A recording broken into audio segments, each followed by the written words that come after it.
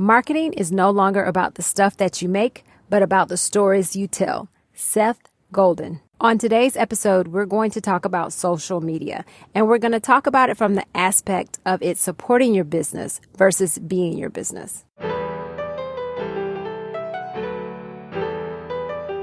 You have the power to be the boss of your own life.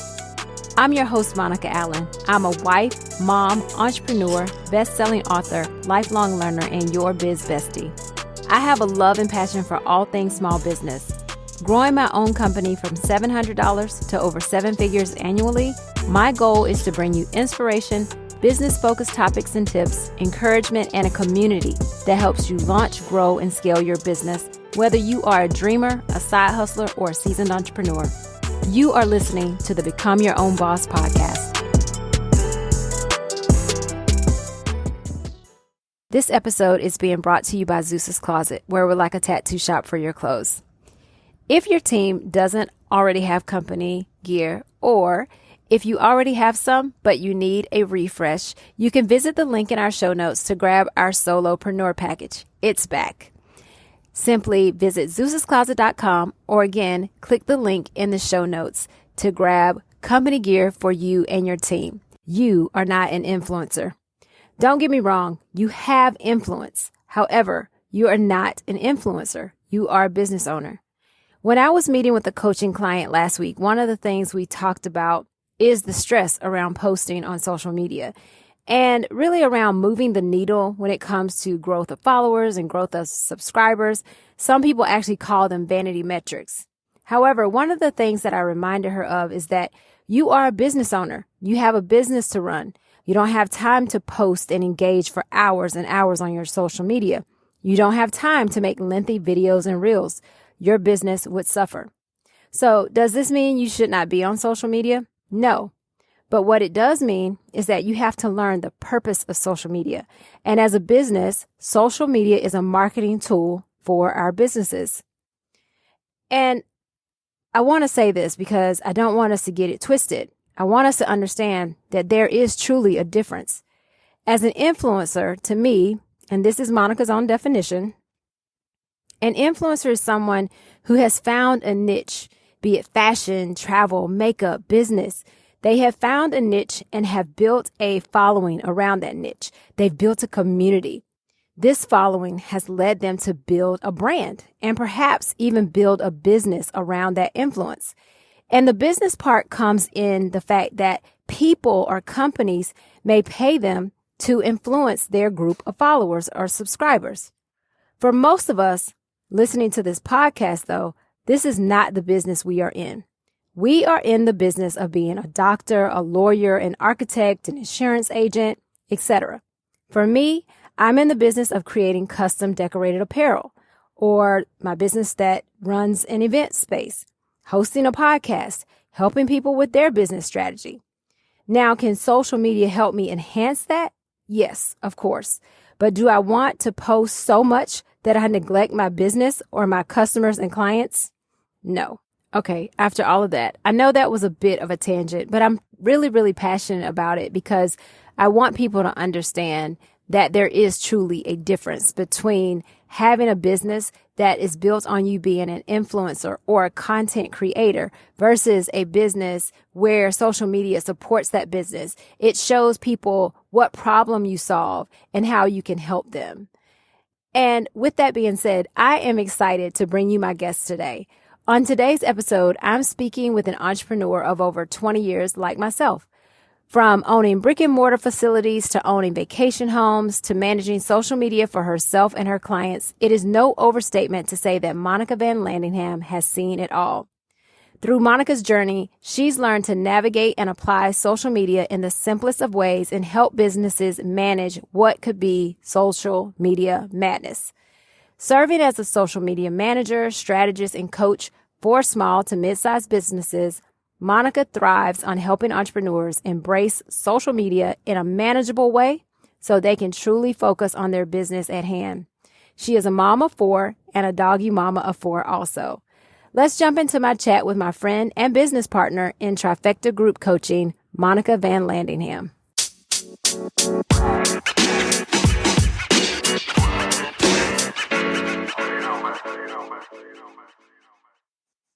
Hi, Monica. I'm so happy to have you on the podcast today.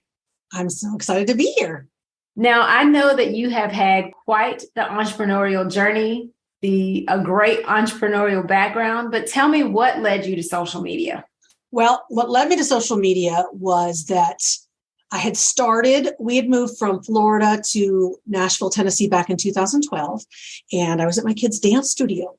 And I was always the mom that everybody would hand their phone to and be like, help me, help me. I had already started my first online business called Monica's Fantabulous Fashions. And it was all done through Facebook and Instagram. I wasn't a social media manager at that time, but I was running a retail boutique through Facebook and Instagram. I slowly built a website on the back end, but that was like secondary. And then when we moved to Tennessee and I was at the dance studio, everybody just kept coming to me for help. Like, help me do this, help me switch to a Gmail, all these things. And then a friend of mine said she saw a posting at her church for someone needing an expert in social media. And she's like, you should think about maybe going and looking into this job to be a social media manager. And I didn't even really think about it like that, but I went and talked to this lady, Chef Penelope's Catering, and I just jumped in. I started doing her Pinterest. I started doing her Instagram, her LinkedIn, her Facebook. I mean, I had no idea, but I knew my way around navigating. And I was doing a great job for her. And then I got a referral, and then the realtor that lived down the street from me, and then the hair salon. And there you go. And that's how it happened. I love that. It was almost just kind of like you stumbled into it. I totally did. Like, I was using social media for Mom's Fab Fashions, which, I just did things that it was mommy money. It was money to go, to Target and buy something off the clearance rack for myself, because I was at home with the kids, and it evolved. And through creating my fashion business on Instagram and Facebook and Pinterest, I became pretty savvy. And then as my oldest son was in middle school, I was definitely on top of how to utilize social media, and everybody kind of thought I knew more than I did, but I started to really become more proactive, and I loved it. I just loved learning about it. I loved evolving with it. I never really had to cyber hawk my kids, but I definitely knew how to use the parental notifications and security settings. And I mean, it's totally different now, but then I knew how to get in there and have passcodes on things and timers and all that good stuff. Perfect. As business owners, it's really important these days that we use social media, whether we like it or not. What are the top 3 to 5 things you think every business on Instagram or on social should be doing right now this year? Now, what do you mean by doing, like how they show up or what platforms? I mean, what do you think? Like, what do you think as far as? They have to have social. They have to have it. I mean, it really is integral. I mean, there are some businesses and people I meet who are like, and their website is like WordPress from, 1992. And, it's still there. And because there's so many businesses that have goodwill surrounding them and they really rely on their warm market, but to not have a social media presence in post-pandemic, I can't think of anyone who doesn't visit at least 3 to 5 forms of people's social media before they send them an email, walk in their door, pick up the phone and call them, log in for an appointment. They are scouting it out. So I do think it's really important to have a presence. Do you have to be on every single platform for your business? No. But you do need to have a presence. I think depending on, if you're service-based, if you're a retail business, depending on what you do, I think that Facebook is really important. Even if people aren't utilizing Facebook, so much happens through Facebook. Even if you're more Instagram heavy, you still need to have that presence on Facebook. They work. It's incestuous. You mentioned platforms. What do you think? Let's say for someone who is not on anything, which I feel like everybody, but it could just be the world I live in that I think everybody is on social. But I literally just met someone yesterday who has a towing company and did not have an Instagram page. He had nothing. But where do you think people should start? Well, I think for something like that, someone who's a hyper-local business, a towing company, it's very important to make sure you have your Google My Business set up. A lot of people think, Yelp. And Yelp is still, an entity. But honestly, when people want to review you, they're going to go to Facebook or they're going to go to Google. So I say, first and foremost, Google My Business is important.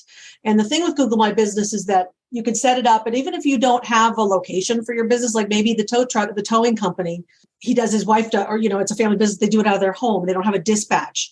You give them your address and they send you a postcard, but you don't have to have your address published on Google to have a Google My Business account. Okay. So I think that's very important for reviews. It's just so important for, to show up organically in the Google search for SEO, which is something, we're not going to even touch that today. But so Google My Business is important. I think Facebook is important.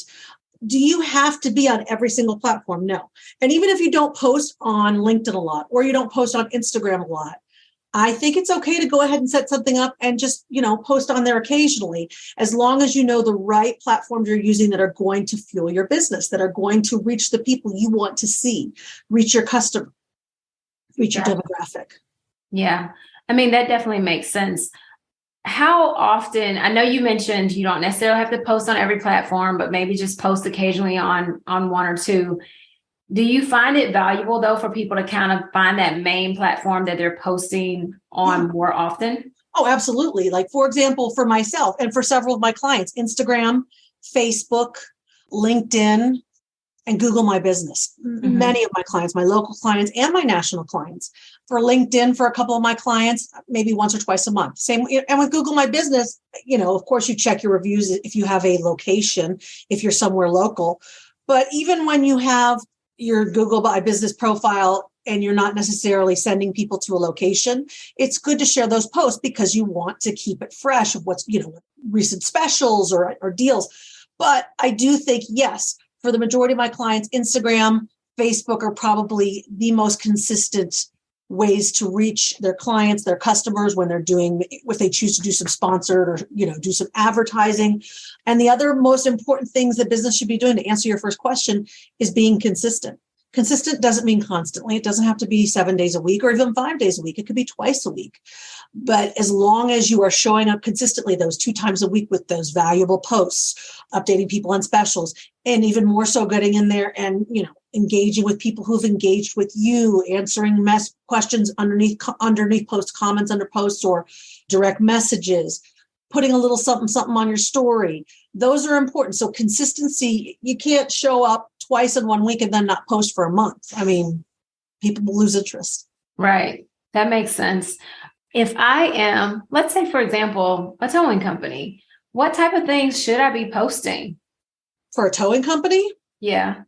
Well, for a towing company, first and foremost, like I said, get the Google My Business going, encourage some happy clients. Maybe, with a towing company, I mean, even though it's not like the most positive thing when, people are parked illegally, but like if they work with specific locations that they always call you out, you could ask them, this restaurant where people are legally or using their spots, you could ask them to review you on Google, first and foremost, just to get a nice established amount, Yes, you can have family members, do some positive reviews. But if you have a client that calls you every week when people for the football game are always, parking in your customers' parking spaces, ask them to give you a Google review. So that's something first I would get established for a towing company.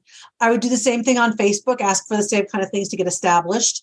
Any awards, things of that nature, just things that are going to show, your brand integrity and the quality of service that you provide.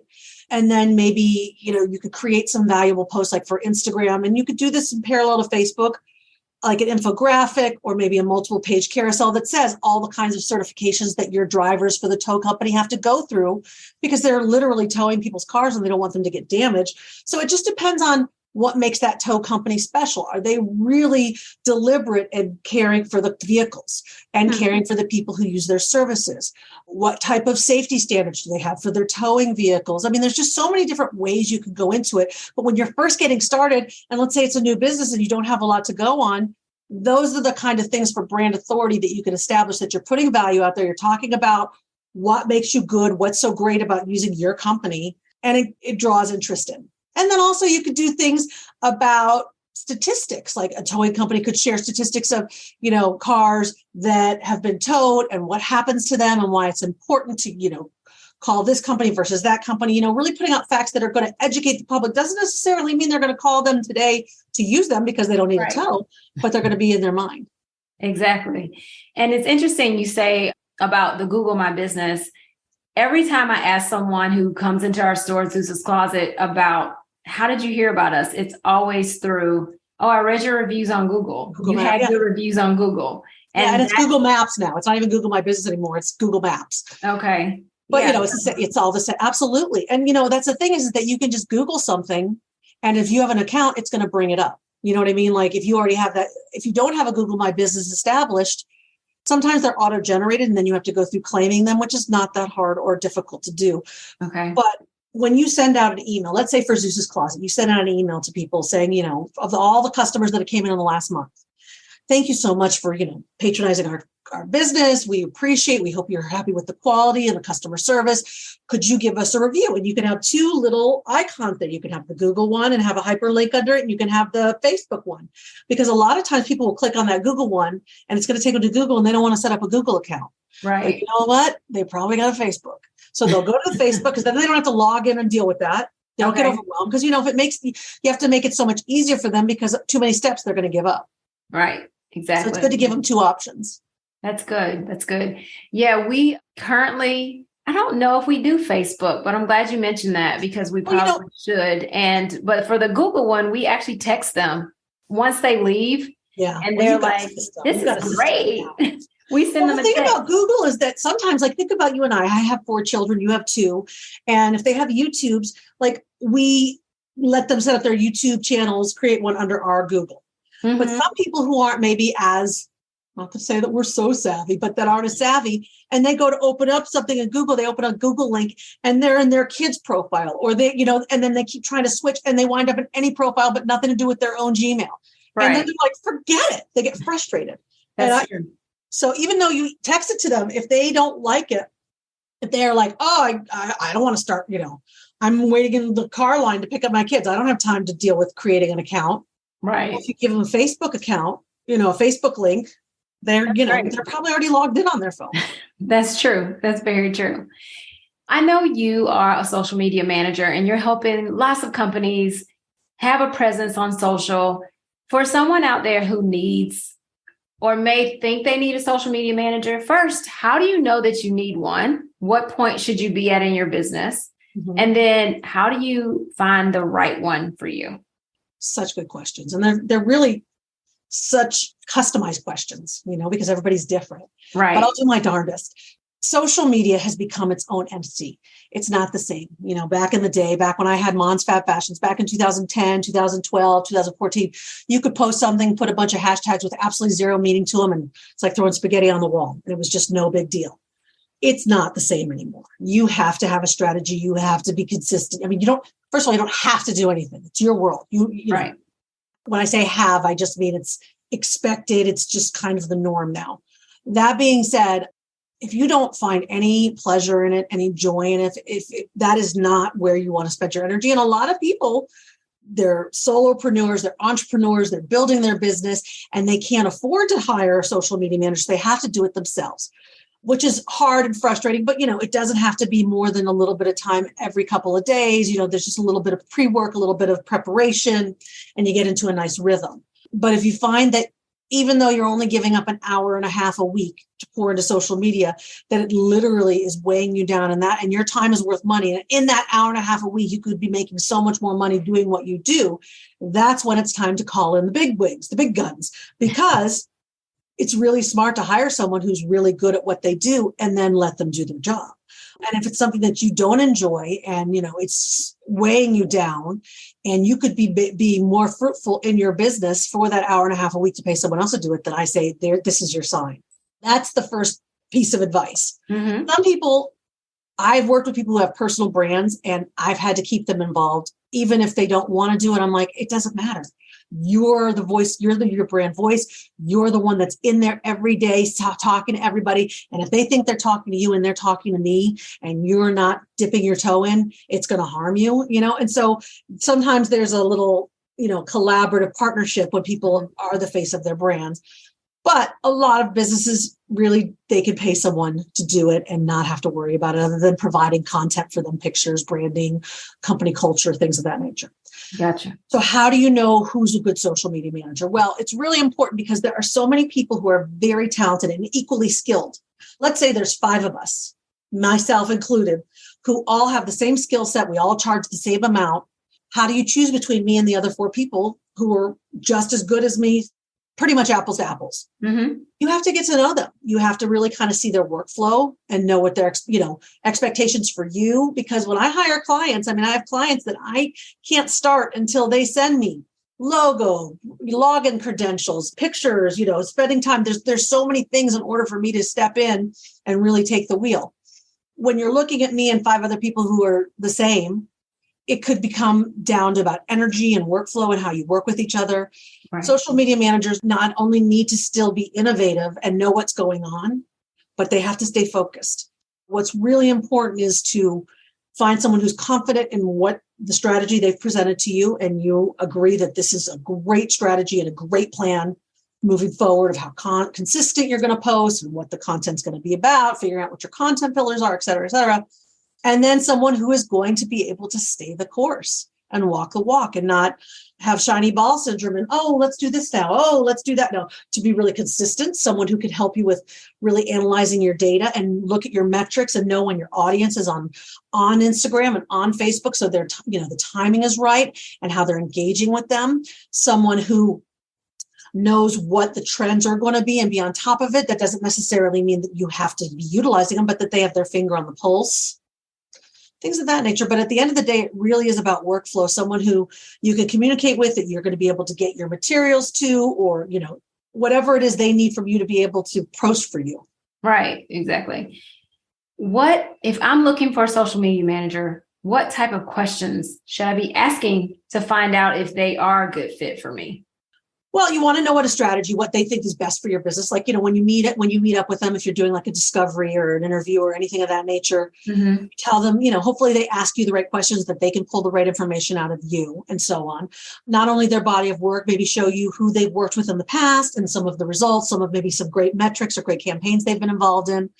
But how they see what they would do. And the best question is saying, looking at my social media right now, or looking at what we do or don't have, what do you think we should do? And hear what their strategy and what their plan is for your business.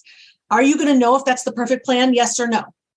No, you're not going to know that right then and there. But when they speak and you can envision what their plan is, and it seems like it fits and it aligns with how you show up for your clients, for your customers, for your audience, for your community, you're going to know. But you've got to make sure that you're not just going to hand it over to someone and say, okay, go ahead. You got to make sure that it's the right fit by understanding what the copy is going to be, what the words that they're saying are going to be, what the pictures are, are they taking them from me? Are they going to just use, copyright free photo? There's a lot to it. But at the end of the day, it's knowing that they have the right strategy and looking at maybe reaching out to asking them for a reference and calling someone that they are working with or have worked with in the past. Gotcha. One of the things that I like to warn people about is because I think so many times we get stuck on the metrics of followers or subscribers, whatever the word may be. But you might find somebody who pops into your DMs and say, let me help you get to 15,000 followers. But that's not, just speak to how that is not social media management. Oh, you mean buying followers? Oh, I feel like they hop in your DMs and they don't necessarily sound like that. It sounds like they're going to do some work for you, but how is that different from, I just want people to know that that's different from having someone manage your social media. Oh, absolutely. When you get those little cold DMs that there's, and you look at their profiles and then maybe they have 300,000 followers, but that's not them messaging you. That's someone that's a bot or, a system or an assistant. The people that you're going to seek out are people who have an agency and post social media and create content for other brands, for other businesses, period. Someone who's sending you a cold DM on Instagram is someone who just wants a quick money grab. I thought you were talking about buying followers, which is a whole other thing. There's some brands that, they really believe that you've got to have those vanity metrics. But when you're a small business, you could have such a successful Instagram and have 300 followers. You could get new clients because at the end of the day, you want to create more brand awareness. You want, when they're looking for this towing company or these customized shirts or whatever it is, no matter where they turn and they put Zeus's Closet in, they're going to see something pop up. It doesn't have to be a ton of followers in order for you to keep coming up in their crosshairs. You just have to be doing the things the right way to appeal to the people who are looking for your services. Gotcha. So at the end of the day, it's following someone who really is walking the walk, who's doing it. Like I am a social media manager. I create content. I get content from my clients. I show up at events or at the place of business, a couple times a month to get real, in real time content. I write stuff. I do research about their field and backgrounds to share valuable content that doesn't necessarily bring them business, but gives them brand authority that people know that if I want to know something about making shirts or safety drivers or whatever it is, I'm going to go to this account because they share valuable content that educates me about stuff I didn't know. Gotcha. You as a social media manager, what are one or two questions that you ask to a potential client that you can help? Well, expectations are huge. And the first thing I do, one of the first times when I'm onboarding and I know that they want to work with me, is I need to understand what their expectations are. What do you think is going to happen? And they'll say, well, I'd like to get more sales, or I'd like to, have over 1,000 followers, or they really don't know. And that's unfortunate, but as long as they're open and their expectations aren't outlandish, because anybody who wants to hire me to make sales for them or to expect me to get with no ad budget or anything like that, and they just want me to post for them, I'm not going to be able to guarantee. You can't taste, touch, smell, see, and hear sales from social media management. Absolutely doesn't support it. But it's like that, 10% participation rule where they see a Valpak ad, they see, they see your post on Facebook, they see someone mention you, they see all these things, they see someone sharing your content on the feed. That's how time for me to call Zeus's Closet, time for me to do this, time for me to do that. Gotcha. Speak a little bit to that. You mentioned without an ad budget.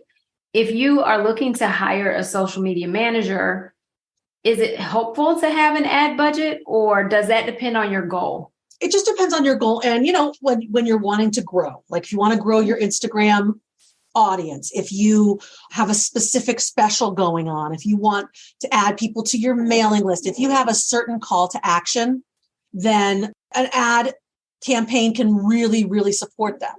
The majority of my clients, I don't do a lot of advertising for, and we grow organically. We see results. We have things that, get a lot of views and are viral, have tons of comments. I mean, we get all of the results that you expect. Mm-hmm. But at the end of the day, when you're looking for not necessarily quick, but, impressive growth, you got to pay to play. So having advertisement is key when you really want to see some faster, impactful results. It's just the way the system is set up. It didn't used to always be that way on social media. And you can accomplish some of these things organically, especially when you get, a viral post or a reel. But at the end of the day, sometimes something goes viral, they just enjoyed and they were entertained and they follow you, but are they going to spend money with you? Sometimes viral does not equal money. Right. Or new clients, new customers, new anything. Speak to me a little bit about community, because I know to me, that's a word that's been going around a lot in 2022, especially. I think it's continuing into 2023. What are you trying to build on your social when it comes to creating a community for people? You mean like just the community of people who are in your audience? Mm-hmm. How do you keep them engaged? Well, you get what you give. Even when, you're a brick and mortar store and you want to just have more people follow you or have more people in your audience, or you want to have more people join your email list or visit your website, you can't just post it and they will come. You have to do the work, and that's why it's really important to, darn it. That's why it's really helpful to have a social media manager, because when you're out there and you post, there's certain things that I don't want to say are expected, but are, really protocol, like going out there and engaging on other people's posts. When you build a community, I have a community, and none of the people in my community are necessarily people who are going to hire me for my services. But I have a community in which you're part of people who are entrepreneurs, who offer different services, website, marketing, business coaching, time management, all these different things. And we comment on each other's posts, we engage, we share each other's content because it's educational. And that's how you build the know, like, trust factor in your audience. So no matter what service or product you are offering, no matter who you are and you are posting on social media, you need to establish that you're going to provide them with value and you know what you're talking about. I mean, at the end of the day, yes, your end game is I want more clients, I want more customers, I want more sales. But why? Why do I want to spend my money on you? Give me other reasons other than the fact that you tell me to trust you or you show me these reviews. Teach me something. Give me some value. Teach me something I didn't know. Give me things that make me want to trust what you say. So when I'm ready to spend my money on X, Y, or Z, I've already learned so much from you. You've already shown me that you know a lot about your field, about your profession. Right. That we're there. And a great way to do that is by leaning into your community, leaning into people who might not necessarily be someone who's going to be your client, but who probably have the same audience as you. You share the same audience, the same demographic with. I love it.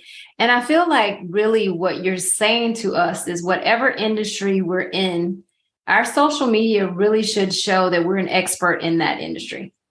Absolutely. Whatever it is. Absolutely. I mean, like when you say expert, it's not like we expect you to have, an Oscar. Right. I'm not going to have that.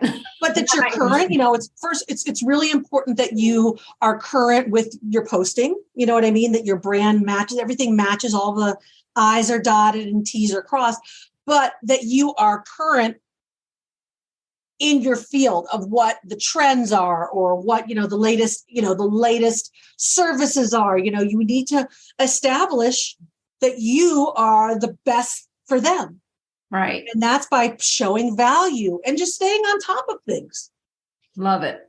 Well, Monica, is there anything else you would like to leave us with as we go out into this world of social media and all of these different platforms we can choose from? I've kind of taken the approach of trying to be on all of them a little bit and some a little more than others. Sure. But is there anything else you'd like to leave us with as we venture into this world? Absolutely. So with social media, whether or not you're doing it for your own business, for yourself, or you've hired someone to do it for you, it needs to really represent your brand voice. Before you even start, before you hire social media or whether or not you want to revamp or update your social media, you need to know what your brand pillars are. I'm not talking about your content pillars, but your brand pillars. Who you are, who you're serving, why you're doing it. You need to know who you are as a brand. Because before you can step forth and go post on social media, you have to know who you're serving and your why. And that goes back to things that you and I talk about often, but it's really important for social media because people don't consume social and they don't shop the way they used to. They are way more savvy. So you can't just slap something up there and say, okay, it's good enough and expect all the great results. It's very important to have a strategy to know your content, your brand pillars, know your content pillars going in, and really, like I mentioned earlier, being consistent. Anybody can do this, and it's not hard. It's just that you need to be a little organized in the beginning, and it really needs to be authentic to you. And when I say authentic, I mean authenticity is a word that gets thrown around a lot, but I'm a big believer. Whether or not you've just rebranded, you have new logos and new this and new that, it needs to be authentic to the experience that they're going to have when they walk through your doors or when they work with you and you provide them a service. It needs to really align with that, because if you're acting one way on social media and it's big and it's flashy, and at the end of the day, you walk in to your establishment or they, get on a call with you and that's not the picture you've painted, you're not setting yourself up for success. So consistency and authenticity are so important. And sometimes people can be authentic by having a social media manager because they have a hard enough time just keeping all the balls in the air and providing, their zone of genius, whatever it is that they do. It's easier to come across authentic when someone else is doing it for you because it's one less thing on your plate. You meet with them, you figure out what is happening, you get the post, you get the content to them and they can manage it for you. And then it's a lot easier because they are sharing your message and it's not just one more thing that you have to deal with. Right. Yeah. I mean, it's definitely helpful to have a helping hand, I think. Let's say there's someone out there let's say they're on social, but they don't really have a plan. They just kind of post here and there. What's the first step they should take to creating a plan for themselves?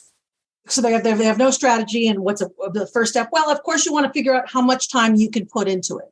Okay. Meaning, I'm going to be able to put one post or one reel up a week. If that's all you can do, that's all you can do. Then you look at your metrics and figure out, if you have 1,000 followers, when they're on, so you know what time of day, that one time a week you're going to post. And really just figuring out like, what is the experience? If you're only going to be able to post once a week, this is all you could do. Mm-hmm.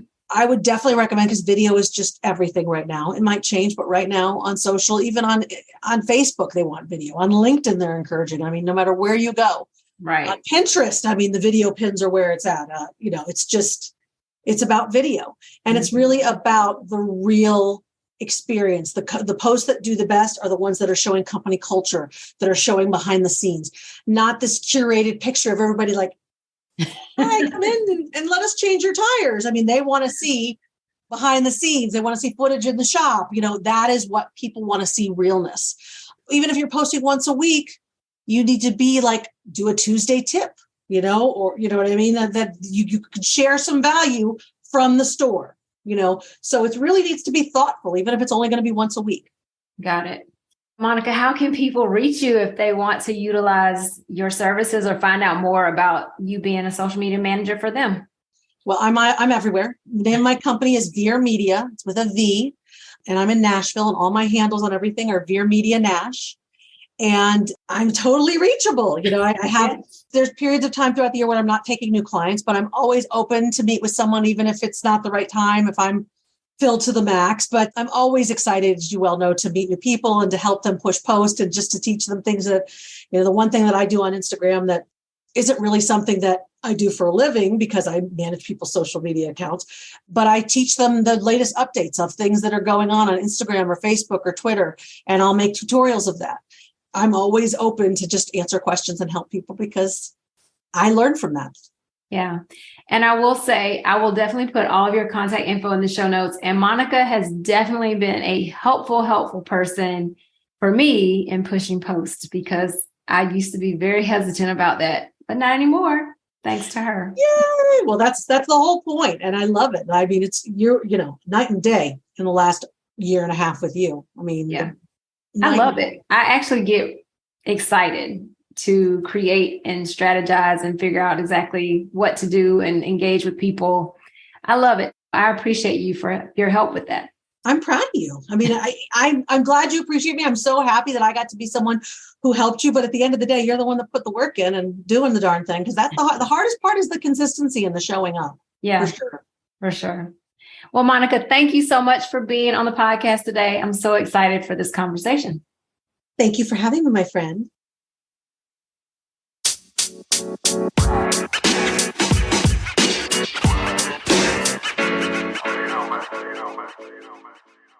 I want to thank Monica for being on the podcast. Next week, we still will talk a bit more about social media as a strategy and how to better use it in your business. In addition, I will share with you my takeaways from my conversation with Monica. Thanks for tuning in today. I am grateful that you have chosen to listen. Do take a moment to hit the subscribe button so you can always get a notification when a new episode is out. I have been getting great feedback on the 2-minute Takeaway Tuesday episodes, or bonus episodes. They're really short, typically less than 2 minutes or right around 2.5 minutes, around takeaways from older podcast episodes. These are just quick doses of info to enhance or improve your business. So don't miss those each Tuesday. If you subscribe, they will just automatically download for you. Do also take a moment to share the podcast with a friend or fellow entrepreneur, and take a moment to leave a review. I hope that this episode has helped give you some relief around social media if you have been trying to figure it all out. If not, stop back by next week to get a bit more info. Remember, now is the time. Now is the time to level up, leave a legacy, and become your own boss.